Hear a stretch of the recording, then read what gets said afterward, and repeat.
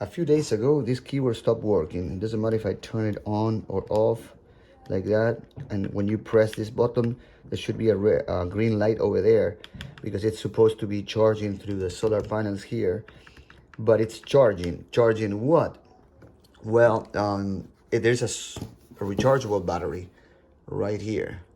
That's the slot for the chargeable battery. So most likely what happened is not charging at all. So most likely that battery reached the end of its life. This keyboard, by the way, is a Logitech K750. So what you have to do is get some prying object like this. Well, this is a metal one, but you can get some hard plastic if you need to. You slide it over here. You put that, you pry in it, and you push it out. And you can do a little bit more. It's easier if you turn it. And now you use these notches here to pry it out a little bit farther. There you go. So this is the battery that is there. It's funny because this one says literally, do not replace battery. Sure. The thing is that you don't have to replace it with a normal, it doesn't say here, but it would be a 2032.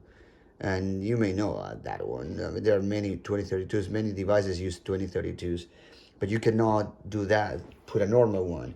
You have to buy a rechargeable. And let me show you that one here. I think you can see it. Okay, let's turn it over. Here. There you go.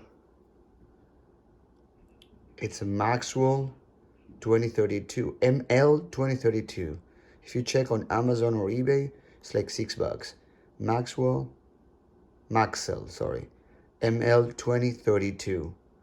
And it says rechargeable, Japan. Don't buy those Amazon brand rechargeable one because they don't recharge well and it won't last that long. I trust on anything made in Japan, like especially this kind of battery. So get one of these ones, put it there. There it is. And now slide it in. Now let's check it. You have to turn it off, turn it back on, and there it was. Now you have the green light, and it's receiving a lot of sun right now. Most likely that battery already came charged, but now it's working.